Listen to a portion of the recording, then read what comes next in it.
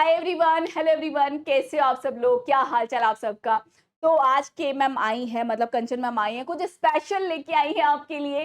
Special क्या है कि लास्ट के 15 डेज को हम किस तरह से यूटिलाइज करें कि हम भी 160 प्लस मार्क्स ला सके।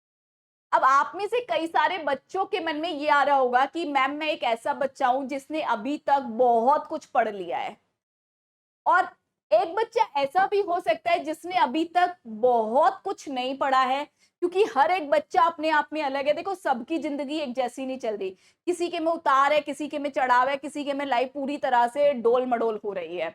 तो किसी की लाइफ में कुछ हो रहा है, किसी के में कुछ। हम ये नहीं कह रहे कि सब बच्चे अभी तक बहुत अच्छा पढ़ते आ रहे होंगे। तो यहाँ पे आप चाहे अभी तक कुछ भी करके आए हो, चाहे अपने 3-4 रिवीजन लगाए हो, चाहे आपने 1 रिवीजन लगाया हो, चाहे आपने 2 रिवीजन लगाए हो, लेकिन यहाँ पे सबसे ज्यादा इंपॉर्टेंट हो जाता है कि आप लास्ट के 15 दिन में क्या करते हो। लास्ट के 15 डेज में भी अगर आप अपने दिन रात एक कर देते हो ना, मैं सच बता रही हूँ, सीएसईटी के पेपर में 160 आप बहुत आसानी से ला सकते हो। लेकिन उस टाइम आपको एक ब्रह्मास्त्र चलाना पड़ेगा। वो ब्रह्मास्त्र के सिर्फ 3 से 4 पॉइंट बहुत काम के हैं, जो कि मैं यहाँ पे लेके आई हूँ। आओ मिलके देखते हैं कि आखिरकार ये ऐसी क्या स्ट्रेटेजी है मैम, जो कि ब्रह्मास्त्र की तरह काम कर रही है। आपके पास लास्ट में अभी बचे हैं 15 दिन। 15 दिन को बेटा दो पैकेज में बांट दो। 13 दिन अलग कर दो, 2 दिन अलग कर दो। 13 दिन में हम करेंगे लॉन्ग रिवीजन, अच्छा खासा डिटेल्ड रिवीजन। और बाद में जो 2 दिन बचेंगे, उस 2 दिन में हम पूरे के पूरे सिलेबस को एक बार रिवाइज करेंगे। तो पहले हम बात करते हैं कि आखिरकार ये लॉन्ग रिवीजन किस तरह से करना है। आपके पास टोटल में 4 सब्जेक्ट है। चारों सब्जेक्ट 50-50 नंबर का पूछा जाता है। हर सब्जेक्ट में आपसे बेटा 35-35 क्वेश्चंस पूछे जाते हैं। दैट मींस चारों ही इंपॉर्टेंट हो गए। एग्जैक्टली। तो यहाँ पे सबसे पहले हमें अपने डे को प्लान करना है। हमें बेटा हर दिन मात्र ढाई ढाई ढाई ढाई घंटे पढ़ना है। मतलब कि एक दिन में आपको चारों सब्जेक्ट पढ़ने हैं, और 2.5 घंटे हर सब्जेक्ट को देना है। 2.5 घंटे पढ़ो, फिर आराम से 1 घंटे खाओ पियो, रेस्ट करो, सो, जो मन वो करो। फिर वापस से 2.5 घंटे, फिर आराम से एक ब्रेक लो, फिर वापस से 2.5 घंटे, फिर आधे घंटे का ब्रेक लो, फिर वापस से 2.5 घंटे। मतलब कि प्रॉपर ब्रेक के साथ इस टाइम को यूटिलाइज करना है। ये नहीं कि 2.5 घंटे इको पढ़ ली, लो जी बैठ गए हम 2.5 घंटे लीगल एप्टीट्यूड पे, नहीं, वरना दिमाग खत्म हो जाएगा, दिमाग चलेगा ही नहीं। 2.5 घंटे की पढ़ाई करनी है।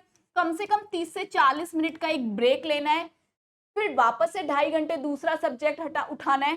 फिर वापस से 30-40 मिनट का ब्रेक। फिर वापस से 2.5 घंटे एक और सब्जेक्ट उठाओ। फिर मन कर रहा है तो 1-2 घंटे सो जाओ। फिर वापस से 2.5 घंटे दूसरा सब्जेक्ट उठाओ। इस तरह से हमें 13 दिन में चारों सब्जेक्ट डेली 2.5-2.5 घंटे पढ़ने हैं। पहली तो ये बात गांठ बांध लो। दूसरी बात, जब आप पहला सब्जेक्ट उठा रहे हो, लेट से आपने इको उठा लिया, इको एंड बिजनेस एनवायरनमेंट उठा लिया, तो इस 2.5 घंटे में से बेटा 1.5 घंटे तो आपको कॉन्सेप्चुअली रिवीजन को देना है। मान लो आप डिमांड चैप्टर पढ़ रहे हो, तो आपको डिमांड की थ्योरी का रिवीजन करना है 1.5 घंटे में। और 1 घंटे में आपको क्वेश्चन की प्रैक्टिस करनी है।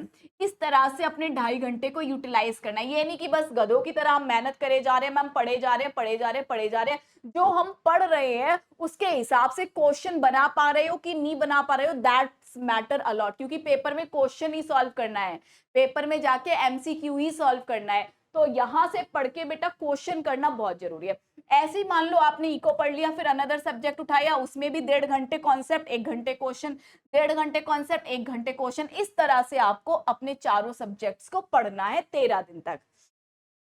अब जो सबसे इंपॉर्टेंट काम जो कि टॉपर्स करते हैं बेटा, जिसके 170-180 मार्क्स आते हैं, वो बच्चे ये काम जरूर करते हैं। 13 दिन तक डेली आपको एक मॉक टेस्ट सॉल्व करना है 2 घंटे का। ये मॉक टेस्ट प्रॉपर आपके एग्जाम जैसा ही होता है। प्रॉपर 2 घंटे में आप खत्म करना, कोई नेगेटिव मार्क अपने आप को मत देना। प्रॉपर इसको आपको सॉल्व करना है, चाहे आपका रिवीजन कितना भी हुआ हो, चाहे ना हुआ हो। आंख बंद करके बैठ जाओ, इन मॉक को जरूर सॉल्व करो। ये मत सोचो कि जब 13 दिन खत्म हो जाएंगे तब करूंगा, फिर कुछ नहीं होता बेटा, फिर सीधे पेपर होता है और रिजल्ट होता है। तो यही 13 दिन में 13 मॉक रामबाण है, ब्रह्मास्त्र है। ये नहीं किया तो दिक्कत है। हर एक बच्चा जिसके 160-170 मार्क्स आते हैं वो ये करके जाता है। इसको लिख के रख लो, इसको नोट कर लो। अच्छा, एक क्वेश्चन आता है कि मैम जब हम ये 2.5 घंटे मान लो इको पढ़ रहे हैं, कोई भी सब्जेक्ट पढ़ रहे हैं, तो आपने कहा कि 1.5 घंटे थ्योरी पढ़ लो और सोनू 1 घंटे क्वेश्चन की प्रैक्टिस करो। तो मैम ये बताओ कि सोनू क्वेश्चन कहाँ से करे? मैंने कहा आओ सोनू देखो आपको करना क्या है। क्वेश्चंस के लिए आपको क्या करना है? सबसे पहली बात कि आपको एमसीक्यू का बुकलेट जो कि आपके इंस्टीट्यूट से आपको मिला होगा रजिस्ट्रेशन के टाइम पे छोड़ना नहीं है, इसको करना है। ई बुलेटिन के क्वेश्चंस आप देखोगे तो आप गूगल पे आईसीएसआई ई बुलेटिन लिख देना, हर महीने का ई बुलेटिन खुल के आ जाता है। उसमें इतनी सारी थ्योरी है, कुछ नहीं पढ़नी बेटा, हर सब्जेक्ट के 4-4 5-5 क्वेश्चंस होते हैं। हर महीने के ई बुलेटिन को आपको सॉल्व करना है। कम से कम 6 से 7 महीने, अगर टाइम कम है तो 6 से 7 ई बुलेटिन आप सॉल्व कर लेना। पीवाईक्यू मैं बहुत ज्यादा बच्चों को सजेस्ट नहीं करती हूँ, लेकिन फिर भी करना चाहते हो तो स्कैनर अवेलेबल होता है, मिल जाएगा, आप कर सकते हो। मैं इसलिए सजेस्ट नहीं करती क्योंकि आप लोगों के क्वेश्चंस मार्केट में पब्लिश नहीं होते, तो इन स्कैनर में काफी सारे questions out of the box भी होते हैं, आउट ऑफ द सिलेबस भी होते हैं, तो वो करना जरूरी बिल्कुल नहीं होता है। लेकिन मॉक टेस्ट के क्वेश्चंस आपको जरूर करने हैं, तो एटलीस्ट इतने क्वेश्चंस आप सभी बच्चे प्लीज करके जरूर जाना। आइए आगे देखते हैं अब। हाँ, आगे देखते हैं अब कि नेक्स्ट आता है हमारे पास प्लान योर 13 डेज। अब अपने 13 डेज को हम कैसे प्लान करें? मान लो आपने एक सब्जेक्ट देखा 13, ये पहले से ही प्लान करना पड़ेगा, नहीं तो दिक्कत हो जाएगी। पहले से ही प्लान करके रख लो। आपका सब्जेक्ट है for an example eco and business economy, तो अभी आपको 13 दिन तक डेली पढ़ना है, 2.5-2.5 घंटे पढ़ना है। हाँ, तो आप पहले ही लिख लो कि डे 1 पे मुझे क्या पढ़ना है, डे 2 पे क्या पढ़ना है। हर एक बच्चा इसको अपने हिसाब से लिखे, जिसको जिस सब चैप्टर को पढ़ने में अच्छा लगता हो वो पहले लिखे, क्योंकि इंटरेस्ट तभी क्रिएट होता है। मैंने यहाँ पे मेरे हिसाब से लिख के दिखा दिया कि अगर मैं होती तो पहले डिमांड पढ़ती पहले दिन और उसके क्वेश्चन करती, दूसरे दिन मैं डिमांड की लास्ट सिटी पढ़ती, उसके क्वेश्चन करती, तीसरे दिन मैं डिमांड की सप्लाई पढ़ती, उसके क्वेश्चन करती। इस हिसाब से डेली मैं 2.5-2.5 घंटे अपने करती। तो इस तरह से आपने इको का प्लान करना है, और बाकी के जो 3 सब्जेक्ट है इस हिसाब से अपने बाकी के भी 3 सब्जेक्ट के 13 दिन प्लान करने हैं कि डेली आप 2.5-2.5 घंटे किस सब्जेक्ट में क्या पढ़ोगे। क्योंकि प्लान नहीं करोगे तो हो सकता है कि आपके 4 या 5 चैप्टर ही 13 दिन में खत्म हो।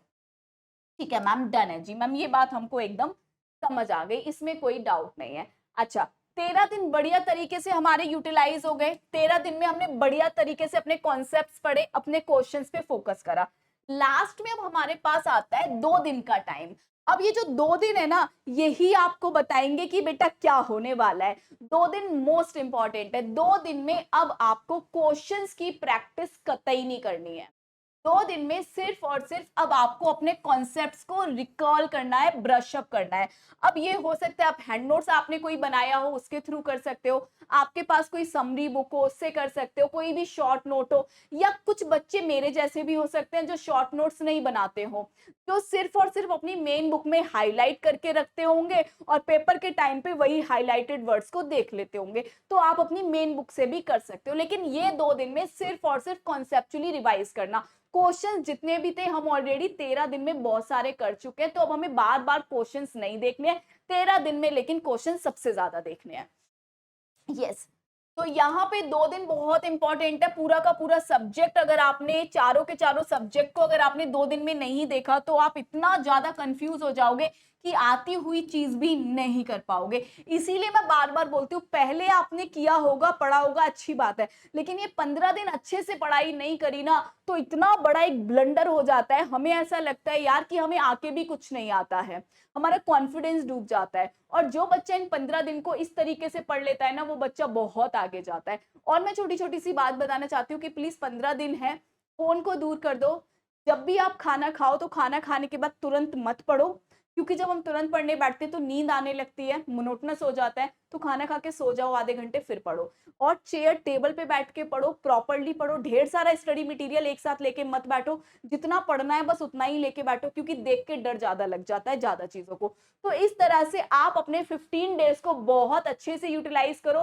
की पॉइंट्स मेरे याद रखना कि डेली चारों सब्जेक्ट्स पढ़ना है, 2.5-2.5 घंटे पढ़ना है, डेली एक मॉक जरूर सॉल्व करना है, 13 दिन तक हमें ऐसा करना है, फिर लास्ट के 2 दिन हमें सिर्फ और सिर्फ कॉन्सेप्ट्स को रिवाइज करना है और फिर हमें पेपर देने जाना है और फिर हमें के मैम को बताना भी है कि मैम पेपर बहुत ज़बरदस्त हुआ। तो यही एक इफेक्टिव स्ट्रेटजी है जो मैं आपको बताने के लिए आई थी। मेरे बच्चे इस टाइम बहुत डरे हुए, बहुत परेशान होंगे बिकॉज़ आई नो कि पेपर सर पे है और कॉन्फिडेंस ब्रेक हो जाता है क्योंकि कितना भी पढ़ लो ना यार, प्रोफेशनल एग्ज़ाम में डर हमेशा सताता है। तो आप ही वो हीरे हो जो चमकने के लिए पैदा हुए हो, लेकिन चमकोगे कब? जब अपने आप पे काम करोगे। तो काम बस यही करना है, 15 दिन और हैं, उसके बाद तो बस आप ही की ज़िंदगी है, आप ही को मौज करना है बेटा। दिन भर इंस्टा फ़ोन चलाओ, कौन मना कर रहा है? तो बढ़िया तरीके से पढ़ाई करो, ऑल द वेरी बेस्ट। मिलेंगे सीएस एग्ज़ीक्यूटिव में अब। So bye bye, take care, God bless you all.